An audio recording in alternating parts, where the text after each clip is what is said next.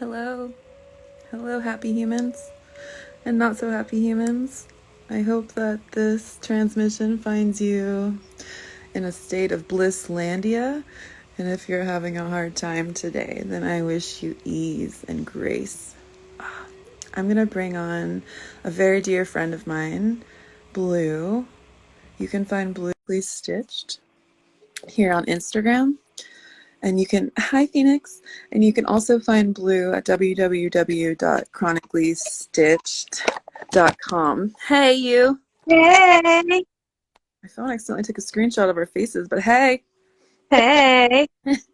I So love when I accidentally do that and I catch like the best picture. you do? That's fun. So I brought you on. Thank you so much for being here. It's going to be a short talk, but I brought you on because you are my very last book client that I've had recently. And also, we're such good friends. We've been friends for like almost 3 years now. Has it been that long? Yeah, I think it's three. Yeah. Yeah, yeah. And we hang out often over at WeCo, and I get to experience all kinds of fun healing over there. Why don't you tell people what you like to do? Here you are. Hi, Phoenix. I am Blue. I run Chronically Stitched. I crochet. So I can knit, but I prefer crochet. It's faster. I make things like this. Ooh. I make blankets. I make baby clothes. I make baby blankets. Those are my favorite. Um, And I also help run Wico, where we do essential oils and healing circles and all All, of that. all the good stuff, right? All the good stuff. This is my dog Daisy. She's my companion. All hail Daisy.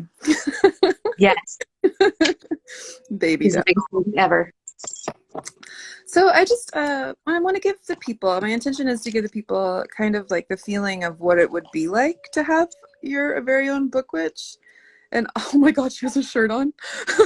She has a dress on. Oh my God, it has like a pastel rainbow on it. Daisy, you're the star of the show now. Okay, Always. always. I just want to ask you, now that you have your book in your possession, and now that we've gone through that beautiful thing, all three calls together, and that we've made your very own magical book together, I wanted to ask you about the very beginning of it. Did you know what to expect at all when it came to making a spellbound book? I had ideas, but I didn't know exactly what to expect. I knew it was going to be super, I knew it was going to be super deep for me. I knew it was going to be a spiritual experience, but I had no idea just how deep it actually was going to be. Yeah, what's one thing that we did that helped you like get to that deep place? Well, just sitting with you, just really talking over all of the intentions of the book, which, going into it, I didn't really have an idea of what intention I wanted for it. I knew I wanted it to be a space that was safe for me, um, which absolutely is like the best thing that you did. You created that safe space. I was able to be who I was and put my own intention into the book. Yeah, thank you so much for saying that. So is there, I deal with a lot of people, it's including me.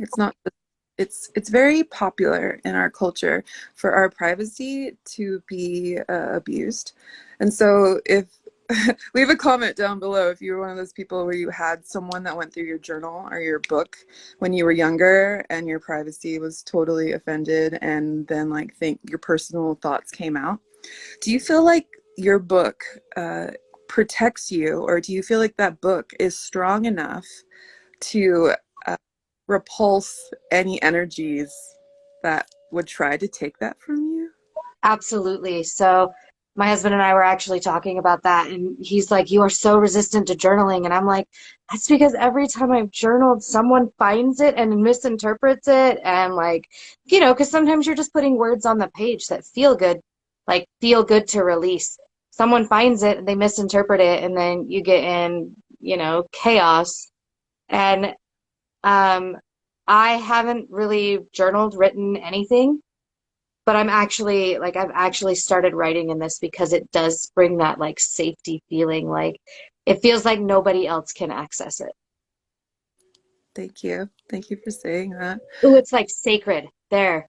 It's sacred. Like even if someone did open it, they wouldn't know, they wouldn't see it.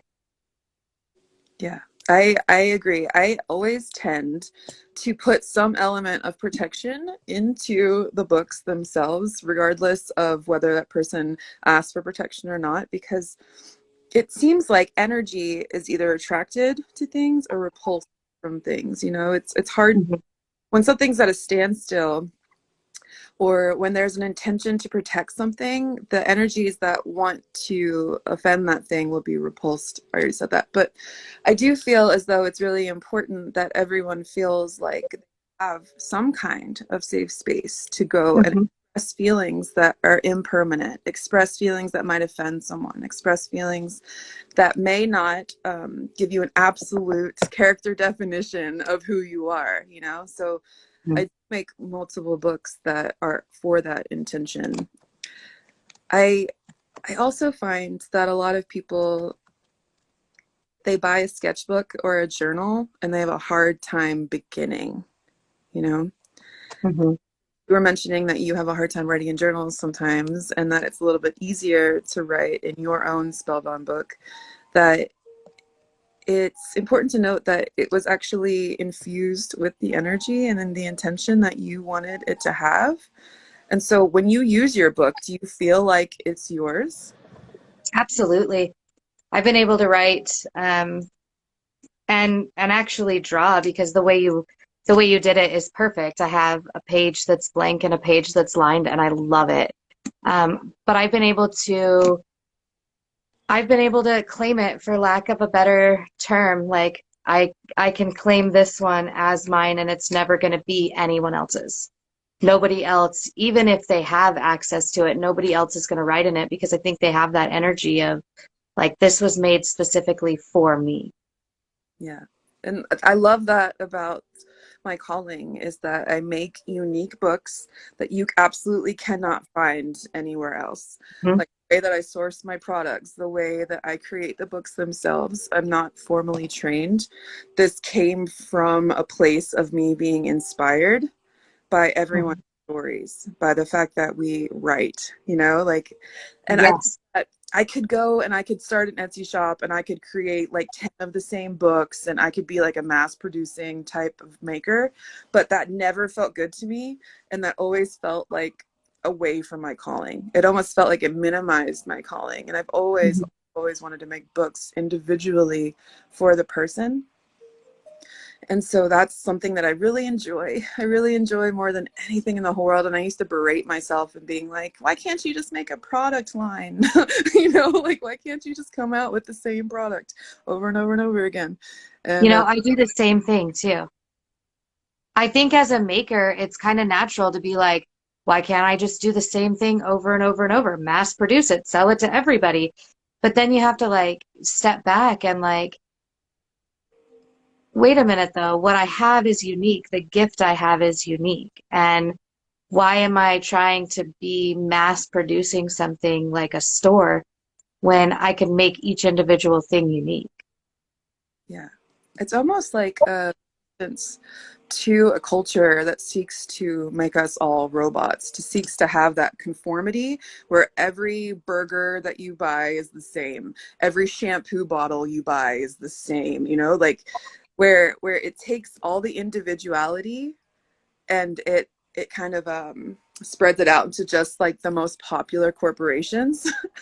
so Hmm. so yes, us as humans have basic needs, but the way that we've been kind of exploited into thinking that we should be machines that demand unrealistic human expectations of us to be machines, and it's a sort of resistance to say no, you know what, I don't want to create a product line. Like I don't want to make that thing over and over again regardless of how much it sells or how much it gets attention or anything like that. Absolutely. Yeah. And so with these books being 100% individual, unique, one of a kind.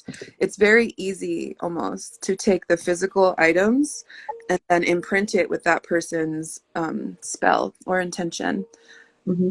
There's nothing else like that. You can't go into any store. You can't even go to another bookbinder and get that book that you have on your lap right now. It's the only one in the world that's made for blue. And so it's lovely that that I get to do this as like an offering because it's my calling, because it's my purpose here in life.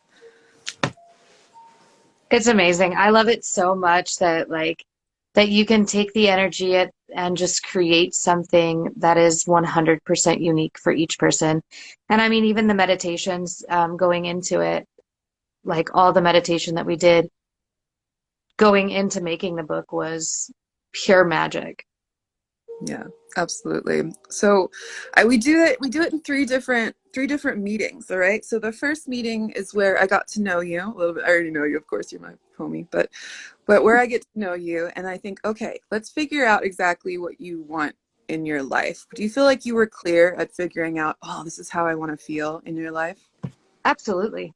Okay, good, good. And in the second meeting that we did together, I brought the cover options and you brought your spell or your intention for the book. Did that feel comfortable? Did you feel empowered by that meeting?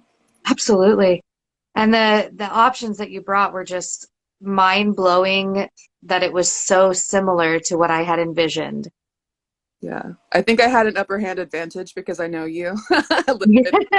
So, so when I was picking out cover options for you, I was like, this one she could like, but I was like, this one's it.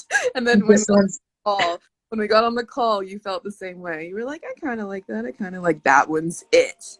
And that so, one's it. That's it. mhm, absolutely. I think you went through the rest of them too, but we were both like, that one's it. Mhm. Yeah. Was that fun? Did you like It choosing? was so fun. It was so fun.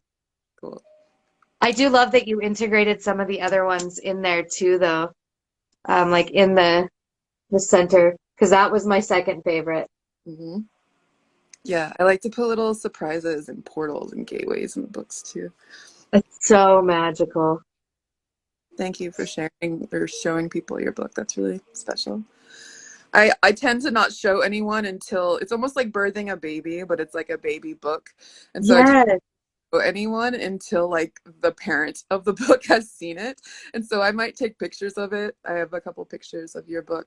But then I always wait till they receive it, and then we do the book blessing, the third call. So after the second call, I made your book, and you did a little ritual so that we can bring your book baby to life.